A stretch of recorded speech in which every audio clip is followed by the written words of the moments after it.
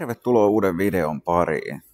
Viime videolla tehtiin noin turvakaaret ja kuten taustalta voi jo nähdä, niin jotain muutakin on tehty sillä välillä, mutta ennen kuin mennään kattoon niitä sen enempää, niin ottakaa ihmeessä kanavaseurantaa ja pistäkää ilmoitukset päälle, niin ootte heti ensimmäisenä sitten kun tulee uusia videoita, niin pysytte ajan tasalla. Mutta pitemmittä puheitta, niin katsotaan vähän mitä on tehty ja sitten tuossa on tullut vähän uutta osaakin, niin kurkataan niitä läpi, että mitä meille on tullut ja vähän, että mihin valintoihin on päädytty ja miksi. No niin, siellä on sinne on penkki löytänyt tiensä ja sitten meillä on pedalboksi paikallaan tuolla kiinni ja rattiakselia on jo aloiteltu. Se on konehuoneen puolelta vielä tuolla mallilla, se tarvii lyhentää vielä oikeaan mittaan ja se varmaan on muutenkin seuraavana agendana. Ja käsijarrukahvaksi valikoitu toi uusi Weissfabin tuote.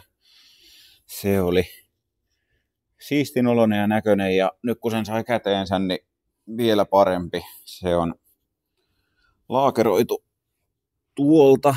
Siellä ei näy kameraan laakerit, mutta siellä tosiaan oli ihan kuulalaakerit. Ja sitten erikoisuutena, mitä ei kauhean monessa muussa on, niin täällä on palautinjousi tälle kahvalle. Eli se tulee aina tänne päätyyn asti, vaikka siellä olisi kuormaa. Ja sille tehtiin paikka siihen ja sitten Gearmotiven sekventaaliaskia varten shifterille katsottiin paikka, että sieltä tuli Gearmotivelta toi sovituskeppi ja sen mukaan katsottiin sitten paikka sille, että sitten siihen tulee toinen keppi tilalle, mutta täällä sai katsottua paikan sillä. Penkin raudat sinne tehtiin, siellä näkyy vähän sen tuli ihan 40x40 RHS-putkesta ja laput tunnelein ja helmakoteloon niin kuin pitää. Ja se pysyy siinä tukevasti, ajoasento on katsottu kohdalleen ja sitten tehtiin repsikan penkille vielä kiinnityksiä, ennen nyt tehtiin vaan vähän sinne päin, ei katsottu minkään penkin mukaan, mutta ne on vähän tommoset kevyemmät. En ole edes ihan varma täyttääkö sääntöjä, mutta tälleen kisoissa kuskailla ketään, niin siihen mihin tarkoitukseen ne on, niin varmasti pysyy. Ja ei kai siinä mitään sen ihmeempää. Tuolla oli toi rattiakselin tukirauta vielä. Voidaan sinne vähän kurkata, että sen mä vääntelin putkesta siihen ja se on loput tehty tonne rintapeltiin kautta tuulilasikoteloon, missä se pysyy ja sitten vakio rattiakselin kiinnitystä hyödynnetty toisessa tuessa. Ja sitten tuolla on tommonen laippalaakeri, se on tiivis sieltä ja sitten tähän tuli ihan tommonen peruslaakerikotelo, millä nimellä nuo nyt ikinä liikkuukaan. Mutta ei kai siinä, mä kaivan tuolta tuon auton apurungon ja puran siitä kaiken ylimääräisen pois ja katsotaan pesasenko vähän sitä. Täällä on aika lailla semmoiset kelit, ettei vittis pihalla hirveästi pestä mitään. Tulee muuten pihasta luistirata, vaikka se sitä nyt onkin jo. Mutta katsotaan kohta lisää. Mä puran nyt vähän sen ja sitten varmaan puran noin etunavat samalla, mikä tuolla oven suussa odottelee. Niin katsotaan kohta lisää.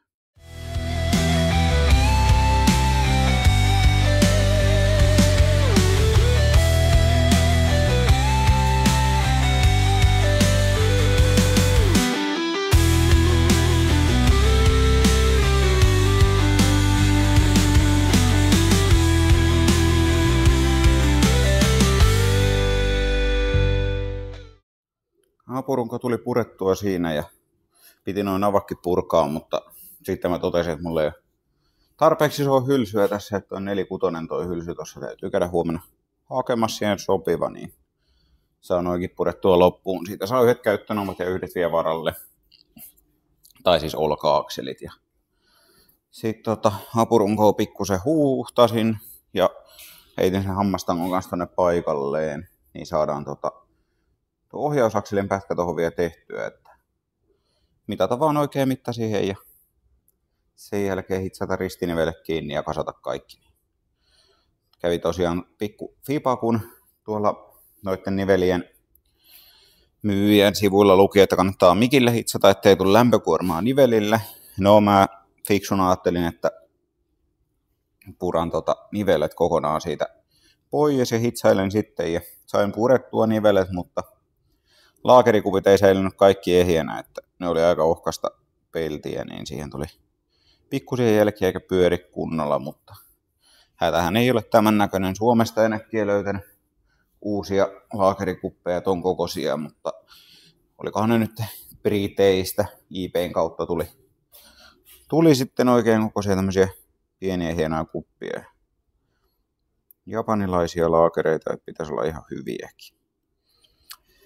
Mutta ruvetaan tuosta tekemään ohjausakselia sen parin seuraavaksi.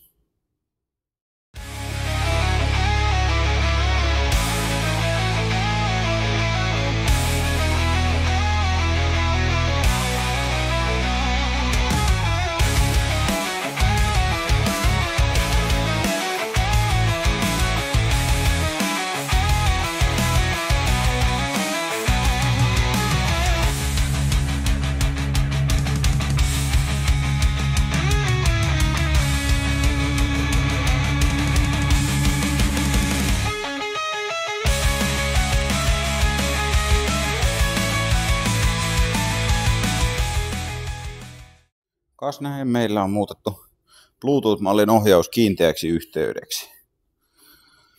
Se oli ihan simppeli tehdä. Kattelin vaan tosiaan tuohon oikein mittaisen tangon väliin ja hitsailin kasaan ne ja kasasin nivelet ja ei muuta kuin paikalleen. Tosiaan Femarissahan alun perin on toi alapää niin sanotusti rättinivelellä. Siinä on semmonen kuminivel välissä. Olikohan mulla tossa vielä on? Katsotaan.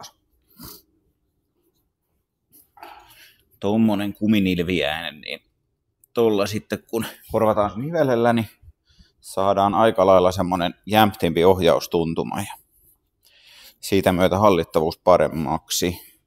Hammastankona tässä on tommonen violetilla lätkällä varustettu orkkistanko, tai se ei ole tämän auton orkkis, mä en muista mistä 4-kutosta se oli, mutta se oli muistaakseni 3 kierrosta tapista tappiin. Et se on vähän nopeampi kuin auton oma, mutta ei vielä liian nopea. Semmonen tuli tähän ja ohjausakselis on vielä aika lailla ylimääräistä mittaa. Et se oli, mä mittailin sen, kun se katsottiin kohdalleen, niin täältä laakeripinnasta tuon ratin pintaan niin 172 milliä, mutta katsotaan vielä sen mukaan, että minkälainen vikaeritys keskiömmellä siihen tulee, niin saadaan sitten sen mukaan katsottua mitta oikeaksi. Mitäköhän me tehtäisiin seuraavaksi? Seuraavaksi varmaan käydään kaupasta hakemaan tarvittavia työkaluja, että saadaan noin avat purettua ja hoidetaan ne. Ja sitten varmaan tuo tuli takakynkkien mukana semmoiset vahvikepalat tonne vielä, niin laitellaan ne paikalleen. Ja katsotaan sitten, jos ton tiputtaisiin grillistä pois, ton auto heittäisi pukkien päälle. Niin. Mutta jatketaan melkein huomenna sitten lisää. Vielä käännettiin koppa kyljelleen ennen kuin otetaan grillistä pois. Päästään kohta sovittelemaan moottoria sinne, mutta sitä ennen vielä hitsasin tonne kynkkien etupäähän noin vahvikelaput. Ne tuli näiden Weissfabin kynkkien mukana semmoiset vahvikkeet tonne, niin pitäisi pysyä paikallaan. Mähän aikaisemmin jo hitsasin ne alkuperäiset kupit kunnolla kiinni ja nyt on vielä semmoiset vahvikepellit siinä päällä, niin pitäisi pysyä. Ja nämä on siitä kivat nämä Weissfabien kynkän etukiinnikkeet, että täällä tosiaan on aurauksen säätö epäkesko tässä, että kun nämä pultit löystää tosta, niin tuosta saa säädettyä näppärästi. Ei tarvitse vääntöraudalla kikkailla tai millään muullakaan, millä yleensä on kulmia näistä on säädellyt. Seuraavaksi mä tosiaan ajattelin, että mä tipautan tämän grillistä pois. Sitten etutolppien yläpäihin vielä vahvikelaput. Sitten katsotaan vähän, että ruvetaanko sovittaan moottoria. Se pitäisi tulla tontille tänään tässä ja katsotaan vähän vielä millä saadaan vaihdelaatikon kuoret. Että päästään sitten sovittelemaan kunnolla, katsomaan kaikki paikalleen. Ja takakelkka perän kanssa pitäisi kans tulla mulle tähän tänään. Niin näin, mutta ei kai siinä. Otetaan grillistä pois ja katsotaan sitten noita iskarin yläpäitä.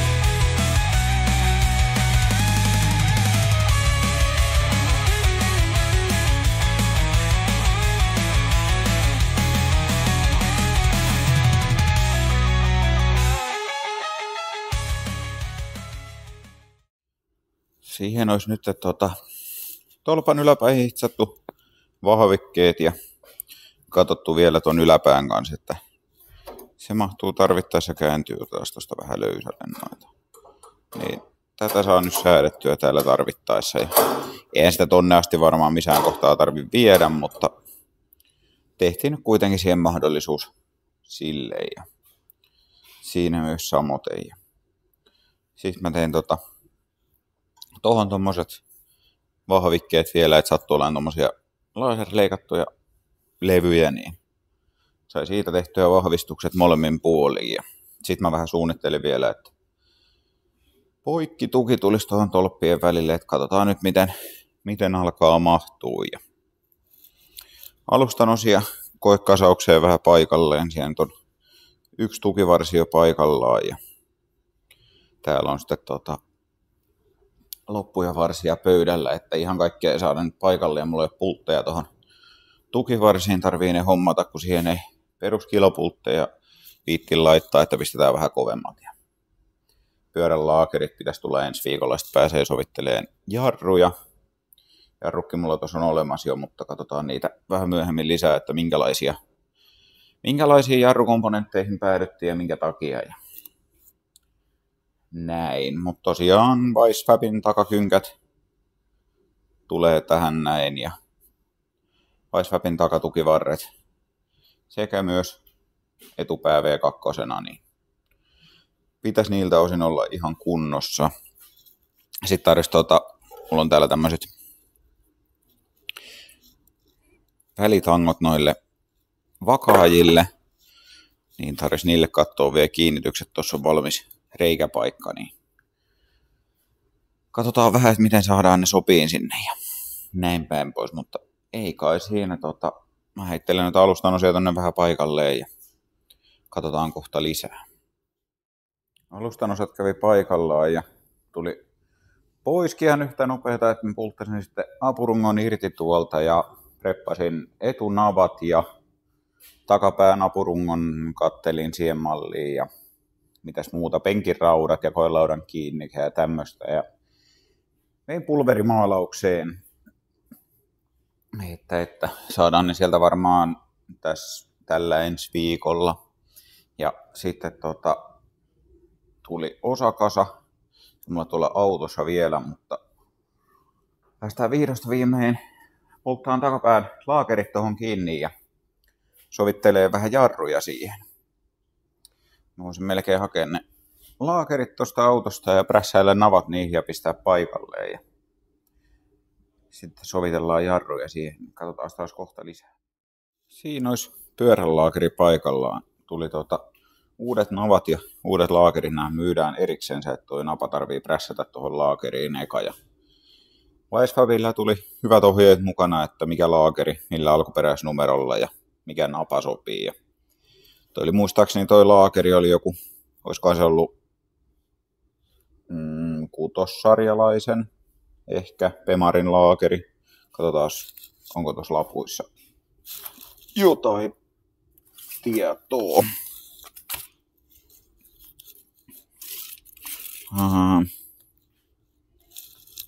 Joo. Tuossa oli pyörän navan numero. Se oli, tuossa lukee mallit mistä oli ja sitten pyörän laakeri oli, se oli E63 tai E65. Ja sitten oli pultit niille mukana. Ja laakerin kun sai paikalleen, niin sitten sai levyn paikalleen siihen ja jarruja sovitettua. Mä piirtelin sinne sitten adaptereita tai noille jarrusatulolle sainko mä käännettyä tän tästä samalla. Ja 3D-tulostin sinne sitten tommoset sovitekappaleet, niin saa sitten lähettää siitä piirustukset koneistajalle, niin saa tehdä adapterit sinne ja muutama eri versio kokeilen, että aina joutuu muuttaa puolella millillä johonkin suuntaan, että sai istuun sitten hyvin, että nyt se istuu keskelle satulaa levyjä samoin tuolla ja mahdollisimman ylös, niin on sitten palojen pinta-ala käytössä. Ja sitten mä tein tohon vielä, kattelin kyllä valmiita, mutta sitten mä tulin siihen tulokseen, että mä tein itse paisuntasäiliön, niin tein tohon säiliön ja korkki tarvii tilata tai korkin kaulus siihen vielä ja hitsata kiinni. Sitten 3D-printattuna tuli myös vesiputkille letkuille kiinnikkeitä. Siitä menee nyt vesiletkut alas ja tuolta saa sitten viedä alumiiniputkella. Olikohan meillä muuta? Ei varmaan muuta tällä kertaa. Niin. Katsotaan mitä seuraavaksi tulee tehtyä. No niin, meillä matka kohti Kiikosta olisi alkanut ja helppo käydä hakemassa moottorin osia, kun ollaan tosiaan ihan melkein vieressä, niin tästä joku semmonen reilu puolen tunnin matka käydä hakemassa. Ja Mikon kautta homma hoituu hyvin, tietää hyvin, että miten hoidetaan tilaukset ulkomailta ja ei tarvitse itse ressata sen puolesta ja auttaa kyllä osien valinnassa tarpeen mukaan. Ja meilläkin oli vähän miettimistä imusarjan kanssa ja katsotaan sitten vähän, että mihinkä päädyttiin ja öljypohja vaihtuu vähän isompaa ja damperiasiaa ja kaikkea muuta tämmöistä pientä, mutta ei kai siinä. Ajellaan tästä Kiikosiin ja katsotaan, että mitä meille on tullut. Noniin, me ollaan saavuttu perille ja odotti täällä tämmönen osakasa. Voitaisiin vähän käydä läpi, että mitä kaikkea nyt tuli päivitysosaa ja jutellaan Mikon kanssa vähän samalla, että mikä se meidän moottori on ja näin niin. Ei kai siinä. Mä pistän kameran tuohon jalustalle ja höpistään sitten lisää. Meillä on siinä samanlainen moottori nyt, mikä on autoon tulossa paikallaan. Tai lohko. Joo, tämähän on toi Klassen, mitäs nyt sitten, 23 vuoden kone. Joo. Kone. Tää, että se on siinä nyt pikkuhuollossa. Joo, ja siellä oli vähän jotain pientä ongelmaakin ollut voitelun kannalta. Siinä oli ilmeisesti öljypaine puuttunut hetken jossain kohtaa. Että vaikutti semmoiselta, että oli ollut tuho lähellä ja sitten se oli kumminkin vielä siitä jäänyt toimintakuntoiseksi ajettu. Joo, sä laitoit mulle sitä niitä kuvia ja muita. Mä voin laittaa vaikka tuohon videon samalla näkee vähän, että mitä siellä on ollut. Ja Joo. sitten epäiltiin, että siellä oli ylitäyttöä jossain kohtaa, että se on voinut tehdä. Tai sitten ihan ekoilla käynnistyksillä, kun siellä oli öljyn imuputki ollut huonosti, niin Joo. se on voinut aiheuttaa jotain. Mutta sehän ei tosiaan käynyt kuin maks 30 sekuntia. Joo. Että se niin vähän nosti öljyn painetta, mutta ei nostanut tarpeeksi. Sitten ruvettiin tutkia, että mistä se johtuu. Ja Joo. siellä oli öljynpaineputki tai paineputki, kun tuo imuputki pikkusen vinossa. Joo. Kiinalaisia osia. Kyllä. Siitä joutui vähän katkoon ja kääntämään kulmaa. Joo. Mutta ihan toimiva siitäkin tuli. Kyllä. Tämä jää sitten toiseen autoon tämä moottori käyttöön. Ja Joo.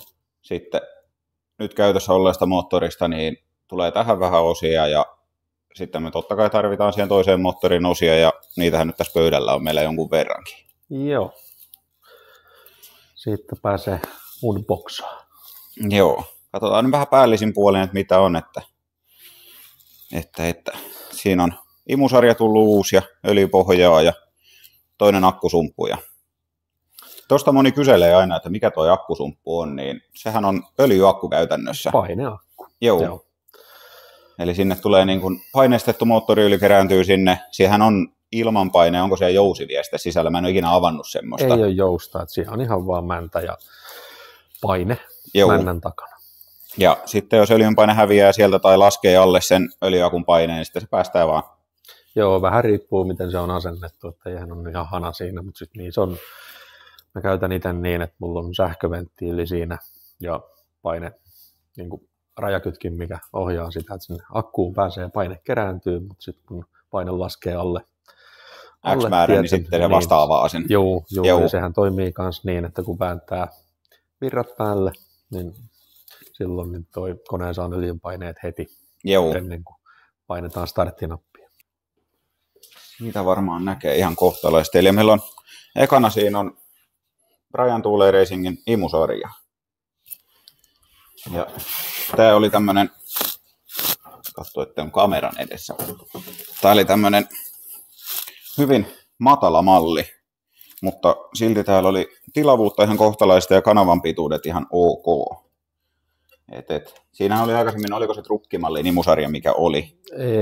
Ei, kun se oli. Muistaakseni se on ihan LS1 imusarja, mikä siinä on. Ja siinä oli se ongelma, että se ei hengitä ylös kunnolla. Joo, se rupeaa varmaan 6 tonnin paikkeilla rajoitteleen. Ja senhän näki tehokäyrästäkin ihan hyvin. Oliko se, mäkänen muista enää, siitä on kauan aikaa, kun on sen imusarjan nähnyt ton koneen aikoihin, mutta onko se 3 vai 4 volttinen kaasuläppä siinä? Olikohan se 3 volttia? Joo, no niin, se on sitten vielä se vanhempi versio. Joo, kun mä hain sulta silloin sen adapterinkin siihen, joo, mistä mä tein sitten Bossin läpälle sopivan siitä. Joo, se on silloin varmaan se 400 heppaa, missä se rupeaa niin kuin vaparitehoa jo ahdistamaan. Kyllä, ja sieltä kuitenkin ajettiin se 630 navalle. Joo.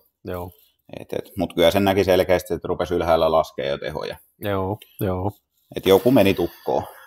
Kyllä.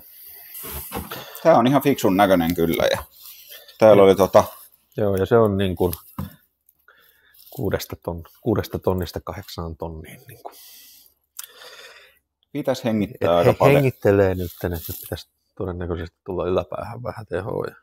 Joo. Ja ahdihan meillä päivittyy nyt kanssa, mutta mä kuvaan siitä sitten vähän myöhemmin. Joo. Ja PTR, että samaa teemaa, mitä on muutenkin. Koneessa aika paljon osaa jo ennestään.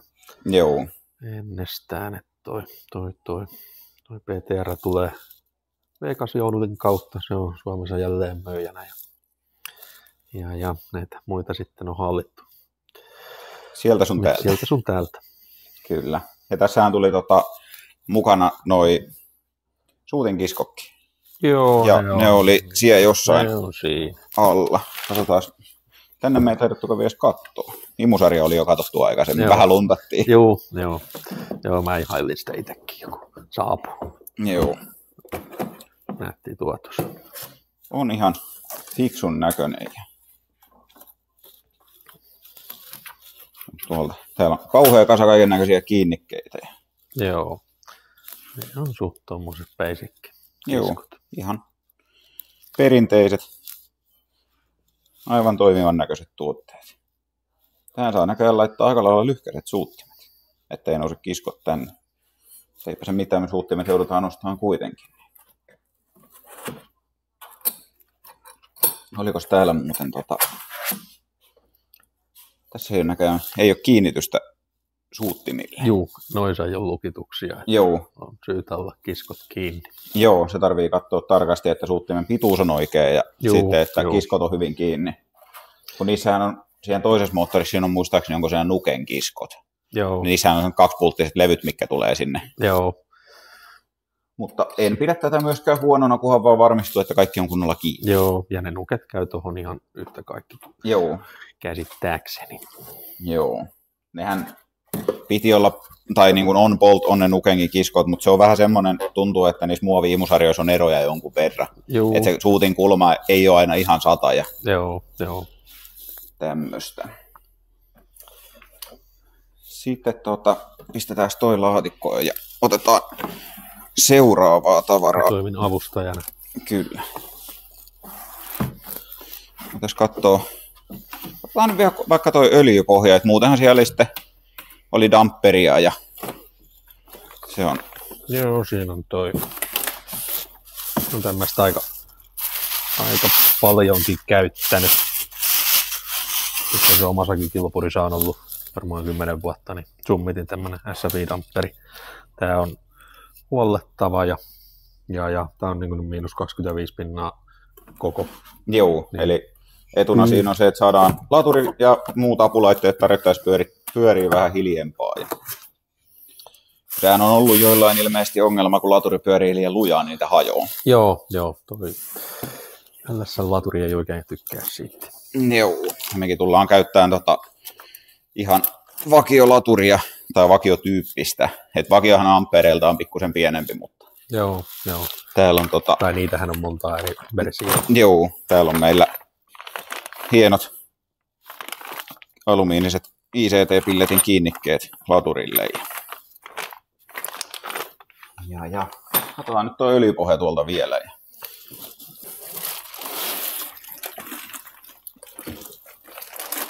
Se oli ihan fiksun näköinen. Joo. Fiksun näköinen tuote. Tämä oli ilmeisesti semmoinen, mitä sullakaan ei ollut ennen käynyt täällä. Ei, mä oon pistänyt hyvin samannäköistä, varmaankin kopiopohjaa johonkin, mutta tämä merkkituotteena oli vähän vakuuttavamman näköinen.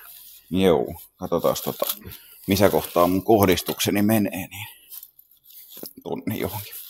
Eli täällä on loiskelevyt sisällä ja sitten näissä on nämä niin sanotut öljyikkunat, mitä nämä nyt onkaan.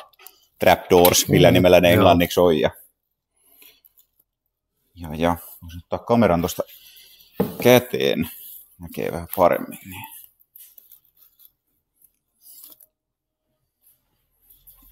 Täällä tosiaan on tämmöiset hienot luukut, että öljy pääsee keskelle, mutta se ei pääse enää täältä pois. Niin.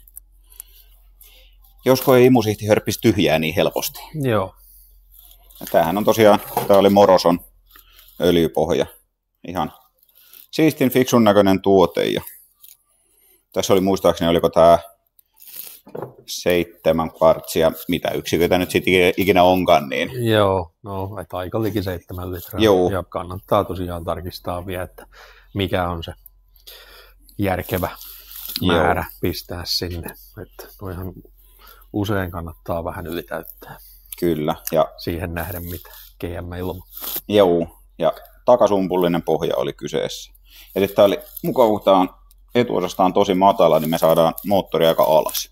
Joo, tämä oli tämä fiksu, että siinä on ihan paksu laippa ja näyttää olevan plaanattu. Että joo, pinnat suoria, että sama ei ollut kaikkien pohjien kanssa. Joo, tässä näkyy itse asiassa, taitaa olla hiontajälki, mikä tässä näkyy.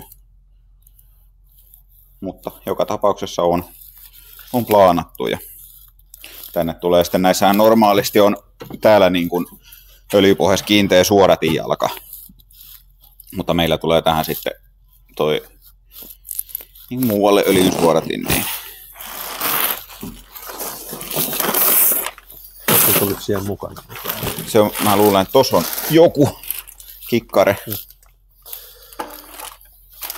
Haluatko sen sieltä kaivammin esille?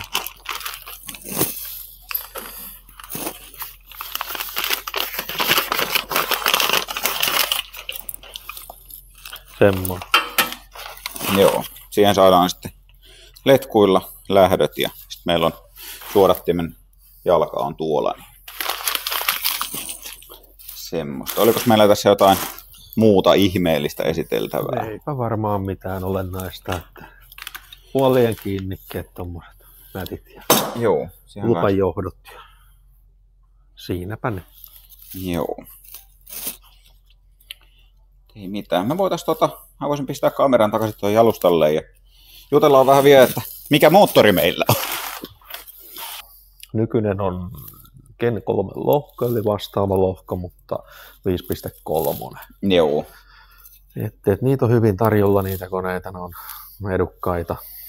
Ja toi paksut sylinteriputket tähän verrattuna, että se on ohueputket tässä LS1. Joo, ei ole sen suhteen autokäyttöön mikään ihan kaikista paras vaihtoehto. Ja toi. No, jos jotain tuhoa tulee, niin sitä ei paljon porata. Se on sitten uutta lohkoa. Kyllä. Et sitä pystyy sitä 5.3 poraa, ja sehän oli porattukin nyt jo ensimmäiseen ylikokkoon. Mä en nyt ulkoa muista. Niin siitäkin on kuitenkin jo... speksit katsomatta, joo, siitä on vuosi aikaa. Kyllä. Mut joo, se 5.3 pystyy itse asiassa poraamaan 5.7. Niin, että sen saa niinkin isoksi. Joo, se on niin paljon porausvaraa. Joo, se oli, mä sitä laskeskelin silloin, kun sä sitä porausta mulle sanoit, niin se oli joku 5.4 jotain nyt se moottori. No joo, se on sitten varmaan niin kuin, millin yli koosta. Joo. Silloin on 1 kausi ajettu ja se on pelannut hienosti. Ja... Joo. Et nyt siirtyy vaan korista toiseen. Joo. Se oli ilmeisesti vähän enemmän rakennettu se moottori, että se ei ole ihan vakiosisus. Se on joo, että tämä kone oli ihan vakioalla kerralla, mutta se on semmoinen niin kuin perusreseptillä tehty kunnon kilpakone, että ihan tarkkaan osallistaa muistan, mutta olikohan siellä kanssa tätä PTR, niin O-profiilikange, Tarpin 2 tonnipulteilla. Sitten taisi olla PTRn nimikkeellä, niin Pisekon Boostline, männät, paksuin tapein. Joo. Arpin pinnapultit runkopukeille ja samaten kansille. Joo, kannella on ainakin, sen mä muistan itsekin. Joo. PTRn 7-kerroksiset MLS-kansipahvit. Mitenköhän siellä oli muuta? PTRn nokkaa ja...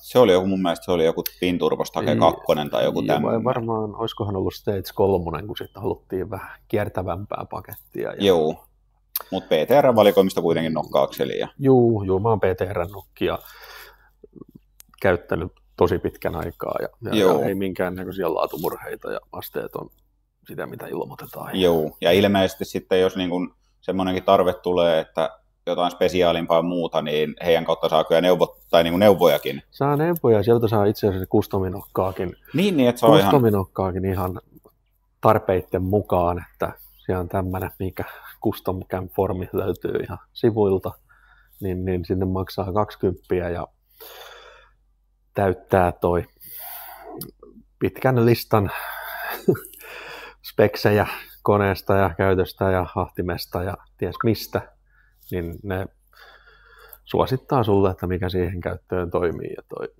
toi tekee semmoisen. Eli tekee niin sanotusti homma helpoksi. Ne tekee homma helpoksi. Se on, vaikkei sitä ottaisi sitä nokkaakaan, niin toi saa speksit ainakin. Niin. Joo, ei ihan joka väliin ei kannata pyörää keksiä uudelleen. Ei kannata. Ja toi. Joo, no, tullut ihan kohtuun nopeasti, eikä ole niin edes kalliita. Että joo. Ei hirveästi heitä hinta näistä ihan normi yllytavaranokista. Eikö siellä ollut siinä nyt käyttöön mennässä moottorissa, niin siihen on venttiilikki oli vaihdettu. Ja...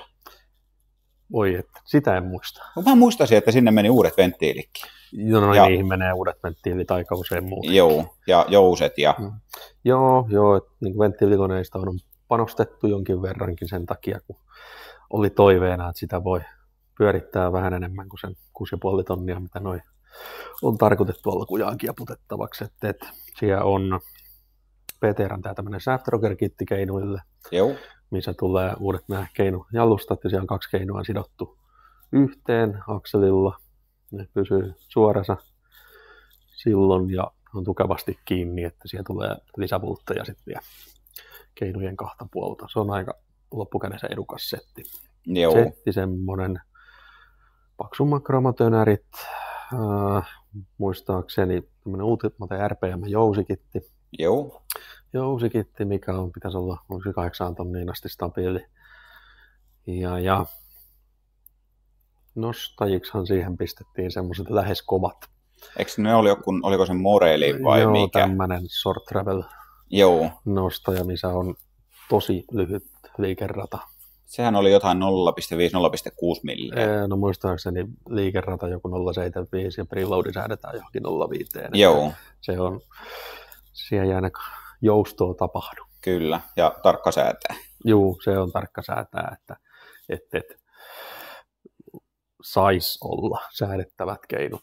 Joo. Niiden kanssa se nyt säätään pystyy simmeillä, mutta aika työlläs. Kyllä. En tiennyt, mitä lupasin, kun tilattiin sen. Kyllä. Joo, mutta semmoinen. Perus. Sanotaan, että aika perus Pro-auton koneresepti, että pitäisi olla 800 heppaan jonkin verran. Hyvinkin aika luotettava paketti. Joo. No hyvin vastaavasti tehty, mikä vaikka mun oman kilopurin kone on, ja mä ne on ajanut usein aika monta vuotta niin kuin avaamatta. Kai meillä muuta. Eipä tässä kai muuta. Pakataan tavarat auton kyytiin ja Pääsee rakentamaan, sovittaa moottoria. Tutkailemaan niitä. Joo.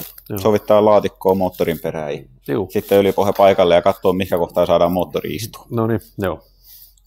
Ei mitään, mä kiitän. Ennen kuin ruuvaat kiinni, niin mittaat vielä, että mikä sinne on järkevä öljymäärä, kun tietää koneen asennon ja mihin korkeuteen saa nousta. Kyllä. Ei mitään, me kiitämme taas näistä osista ja joo, ei mitään. Jatketaan askareita. No niin. Huomenta vaan kaikille. Joo, on jäänyt kuvaaminen vähän vähemmälle. Tässä on ollut pieniä muutoksia työrintamalla ja nyt on sitten semmoinen homma, että näitä hommia tehdään ihan niin kuin täyspäiväisesti. Että kiitoksia vaan kaikille asiakkaille ja muille, ketkä se on niin kuin mahdollistaneet. Mutta mennään asiaan, niin tänään olisi tarkoitus tehdä vähän enemmän. Tai sanotaan näin, että saada aikaiseksi enemmän. Että mulla on tuossa apukäsiä tulossa vähän tänään. Ja meillä olisi tarkoitus sovittaa akseleita ja moottoria ja kaiken näköistä muuta. Katsotaan vähän vielä, mitä tuossa on tullut ja näin. Meillä kävi akseliston osat maalauksessa, saatiin niin vähän tuoretta mustaa pintaa päälle ja ne on pulverissa käynyt ja hiekkapuolettu sitä ennen. Ne tarvitsisi heitellä tänään paikalleen. Sitten moottoria olisi tarkoitus sovittaa paikalleen. Siellä oli vaihdelaatikon kuoret tuli sovituskäyttöön, toi niin kuin tyhjä laatikko vielä.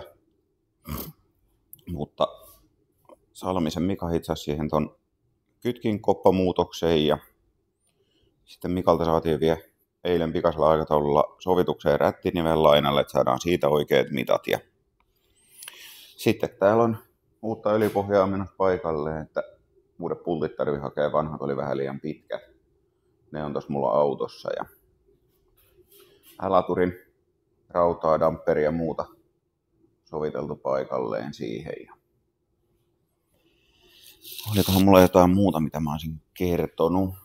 No joo, kynkät odottaa tuolla paikalleen menoa. Ja sitten meillä tuli ahdin tähän projektiin, mutta katsotaan se vaikka kohta, kun ollaan saatu pikkusen paikkoja siistimmäksi, että täällä on vähän tämmönen pieni hallittu kaos tällä hetkellä.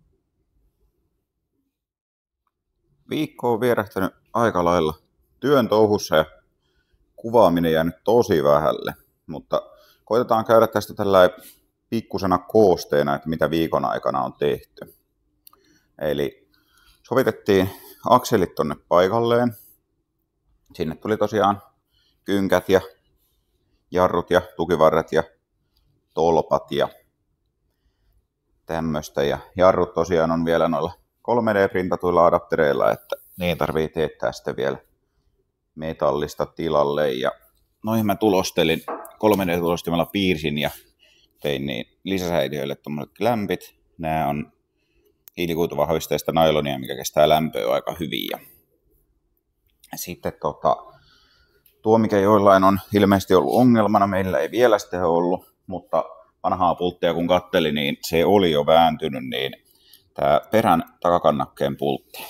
Se on alun perin M14, ja se oli tässäkin vääntynyt melkein 2 milliä mutkalle, niin sinne vähän sovitettiin ja tehtiin nyt sijaan M18 pultti, niin josko hän kestäisi siellä vähän paremmin.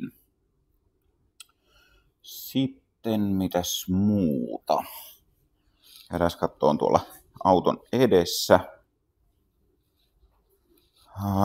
Täällä on moottori paikallaan.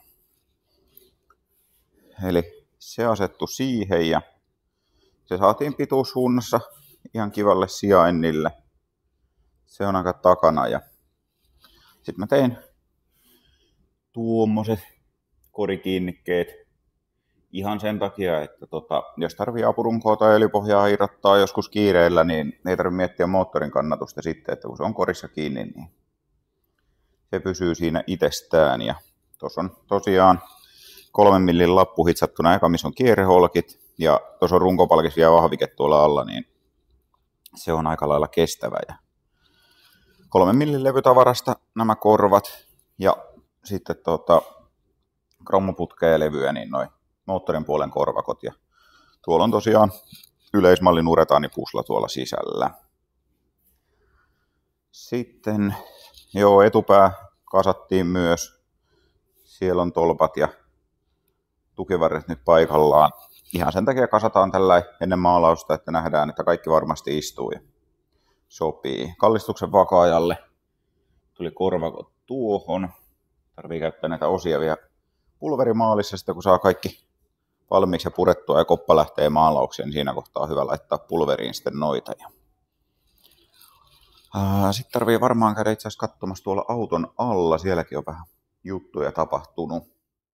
No niin, täältä näkee vähän taas lisää. Ja siellä on meillä tosiaan vaihteiston kiinnike paikallaan, sillä on korvakot tehtynä. Ja sillä mä hitsasin vielä vahvikelaput tuohon tunnelin kylkeen, niin pysyy varmasti paikallaan. Ja tuolla on nyt vielä toistaiseksi 3D-tulostetut holkit välissä kuvaamassa sitä korkeutta, millä kumityynyt tulee olemaan.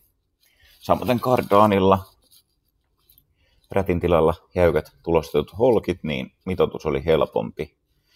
Ja sitten nämä kardaanilenkit tuli tehtyä. Siinä on ensimmäinen, sitten siinä on toinen ja viimeinen vielä tuolla. Ja sitten meille tuli tämmöinen vähän erilainen kardaanin kannatilaakeri. Niiden kanssa tosiaan oli ongelmaa viime kesänä, niin päivitettiin tuommoinen vähän kestävämpi malli siihen. Ja se on ihan vakiopaikallansa, eli tämä etupätkä jää niin vakiomittaiseksi. Tämähän on, olisiko tämä ollut E60 dieselin iso kardaani, eli täällä on iso poori ja iso ristiniveli. Takapätkä tarvii vielä sovittaa, siellä mun tarvii varastaa tuosta yhdestä toisesta perästä laippa tuonne, niin sitten sopii kardaani paikalleen. Olikohan täällä nyt vielä muuta, mitä pitäisi esitellä? Eipä varmaan. Siellä on tosiaan nyt kaikki paikallaan. Ja vielä kun tuon kardaanin saa sovitettua, niin sitten saa ottaa vaihteiston irti tuolta ja lähettää sen sitten kuoret taas takaisin kermotivelle, niin saadaan sitten vaihteisto jossain kohtaa sieltä. Ahdin olisi siinä. Tähän moottorin kylkeen nyt valikoitu tommonen vähän isompi karretti. Se tuli ihan sen perusteella, että meillä oli aikaisempaa dataa moottorin toiminnasta vanhalla ahtimella, niin pystyttiin vähän laskemaan, että minkälaisella painesuhteella, minkälaisella ilmantuotolla tarvitaan ahdin. Ja tämmöinen G42 1200 kompakti karretti niin valikoitu meille sitten ahtimeksi. Ja Se pitäisi osua aika nätisti aika laajallekin tehoskaalalle hyötysuhteeltaan. Ja ahdin tuli meille Martelius Exhaustin kautta, että siitä iso kiitos heille. Ja varmasti tulee myös paljon muuta tavaraa tähän projektiin sieltä, että Marteliuksella kyllä palvelu ja asiantuntemus on ihan ykköstasoa. Niin. Mutta innolla odotan, että pääsen tekemään pakosarjoja ja sovittaan tuota moottorin kylkeen. Kiitoksia taas kun jaksoit katsoa videon loppuun ja päätetään tämä video nyt tähän tällä erää. Ensi videolla tulee sitten paljon uusia isoja asioita, niin kannattaa olla kuulolla ja katsoa seuraava video. Ja jos et ole vielä tilannut kanavaa, niin pistä ihmeessä tilata ja ilmoitukset päälle, niin oot varmasti sitten ensimmäisten joukossa, kun uusi video tulee julki. Mutta pitämättä puheitta seuraavaan videoon. Kiitos ja moro!